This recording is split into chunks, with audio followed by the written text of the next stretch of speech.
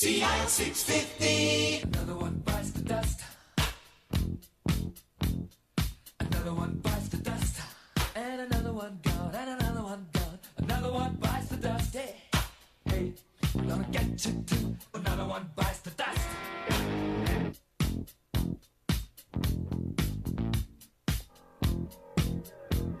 Another one bites the dust. I don't know about those people, but summer's coming and I like to take a bite out of corn on the cob. But unfortunately, my teeth are falling out of my head, so I need to go and see Dr. Ron Sokol at BCPerio. And Dr. Ron, thank you, and welcome back to our studio. Thank you, Tom. It's always a pleasure. Seriously, I say this to a lot of people, but I do enjoy talking to you. I have some fun with you. We do have a good time. We have, and we had a good time down at your office too. We're here on BoomerLife on CL650. We're talking about people's smiles. Mm-hmm. It's very important. Oh, it's absolutely important. I think if you can smile during the day, no matter how bad things are, it's probably going to make the day just a little bit better. Yeah. I have never met anybody, in spite of their age, who didn't have some value for how they looked. Mm-hmm. And if they could look 5 or 10, sometimes 15 years younger, boy, what they would give. I mean, you talked about us baby boomers. We are living longer. Mm-hmm. We are living healthier. So people today at 65 are looking like people 20, 30 years ago at 45. Mm-hmm. It's amazing. And of course, all the technology we have in medicine and dentistry and things like that are helping people to do just that. So just keep smiling. Keep smiling. Go see Dr. Ron Sokol and you look 10 years younger at least. I wish it were that simple. That's why you can't be 10, because you look like you're nothing. But if you're like 70 or 65 or 75, you're never too old to go. I think that's true. And sometimes all we do is verify how healthy somebody is and say, you know something? There's nothing I can do for you. It's going to make it a significant improvement here. Really? So Eh? save your dollars. Nice. Yeah, we do that. We see that every now and then. You do. Yeah, we've seen people without a filling in their 70s and 80s from time to time. How could that be? Very simple. They wear their teeth down a wee bit because they've used them for so many years, but they're not hard on their teeth, Mm-hmm. and all their teeth are intact. One of the many reasons we have so many dental concerns in our adulthood is because of how much problems we had in our adolescence. Mm-hmm. So the more dentistry we have in our youth dictates the more dentistry required in our adulthood. This is something we haven't talked about, and it's probably my fault, but I just thought about this now. What about people? Do they come to see you if they've been involved in an accident? Yes. They do. Yeah. And when you're in an accident and you've got hit around the face and you could have some cosmetic issue, you might see a plastic surgeon, what have you. But if it's in and around the mouth, there's damage to tooth structure, to jaw structure, and things like that. Those are the things that we can help with. And you can do that all in your office, or Yes. most of it. Almost all of it. Really? Yep. Wow. We can resolve the disease, rebuild the bone structure, rebuild the gum tissue, put the dental implants in where teeth are missing, and rebuild the damaged teeth and make implants look like they're natural. You talked about building the bone structure. Why is that so important? It's important for a number of reasons, but when you think about losing 1 or 2 teeth in and amongst your natural teeth, and you have a loss of bone structure where that tooth came out, then you need to put an implant in where the bone is. And if it is not in the proper relationship as the other roots of the teeth are, it's going to show as a significant defect. So when you smile, one tooth might be 4 or 5 millimeters longer than the tooth right beside it. And that aesthetically is not a good idea. But also from a longevity perspective, that has problems in staying healthy as well. So the more we can return the bone structure at proper volume and give you good, healthy, high-quality gum tissue in and around the dental implant, then we make it look like you never had a problem in the first place. I know when you go to the regular dentist, and they've advertised this on the radio before, but when you go to the regular dentist and they're just doing their examination, they're not just looking at your teeth, they're looking for other things too, right?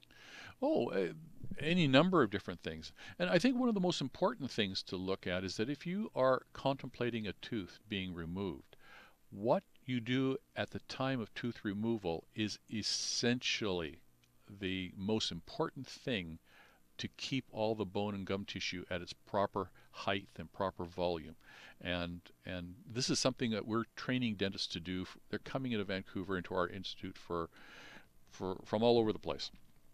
We teach them how to take the teeth out without damaging the bone structure and how then to treat those areas, be it to put an implant in immediately after taking the tooth out, or to treat it in such a fashion as they're not losing bone volume. Because by doing that, we get two things. We get a far, far superior functional and aesthetic result that can last a longer period of time. And number two, it costs less when you do it right.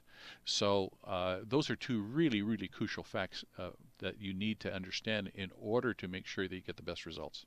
You do a lot of teaching, a lot of dentists out there. There are people coming up in the system. There are young dentists out there now. What's their attitude? Are they looking forward to taking over the reins from you when you finally go to the old folks' home? Which you're not, of course, but that's...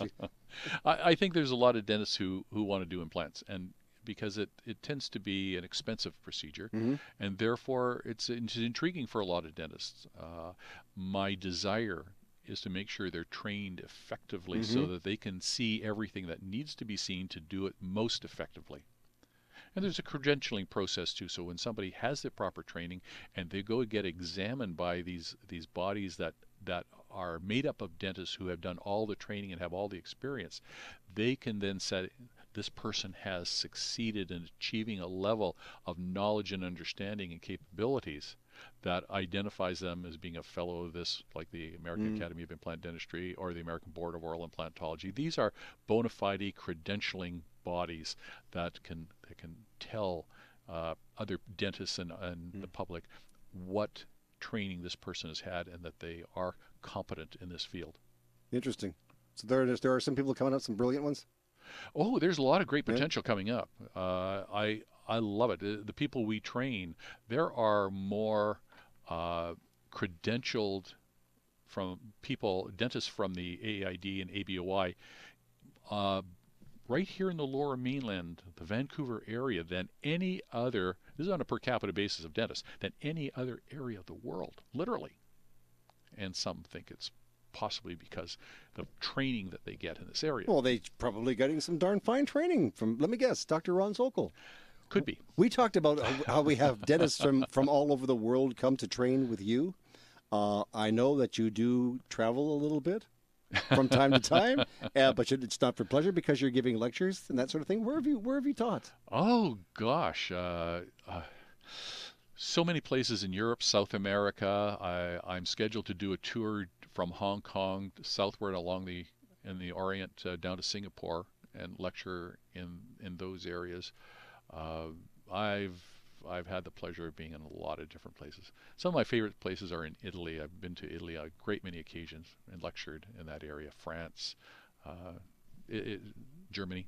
Now, I'm sure you don't get a chance to talk to the everyday person when you're there because you're there doing work, but would you say that the people in other countries have the same problems as people over here have with their teeth? Of course. It's kind of a worldwide thing. Oh, absolutely. Nothing special, doesn't matter. There's disease and there's traumatic injuries and there's heavy forces. People with just really heavy bites that break their teeth down on a routine basis. And somewhere in the middle of their life when they want their teeth to last 80, 90 years, they're wearing out at 45, 55 years of age. These are the people that we help. All right, brush your teeth, floss. Here, I'll put you on the spot. Is there any food somebody could eat to maybe help with tooth care? I wouldn't go so far as to say that I'd recommend a food group to clean your teeth. Not like carrots for the eyes and the bunny and all that stuff. No. Look, there's nothing more important than cleaning your teeth. Toothbrush and floss is where you want to go. Do that, see a dentist regularly, and you're going to stay out of the dental office. And you know what? If you're not real happy with the way you're smiling these days and you figure I've got an issue in my mouth, the best thing to do is to call Dr. Ron Zokol. If you've got a problem, give me a call. You can help them out. There's nothing this man can't do.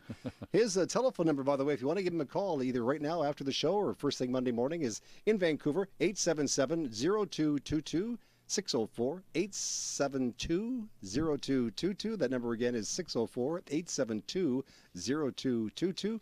And the address is 777 West Broadway, suite number 501. And if you're in Coquitlam, it's number 250, 1175 Johnson Street. Telephone number there is 604-936-8244. 604-936-8244. Dr. Ron, you and I have to go now. Would you come in the bathroom with me and watch me brush my teeth? Well, I figure I could, you can tell me. Take a video, Tom. I'll look at it then. Okay, fine. It'll be on YouTube. We'll talk to you real soon, Dr. Ron Zokol. Thank you, Tom. Thank you for coming by. We've been speaking on BoomerLife today with Dr. Ron Zokol.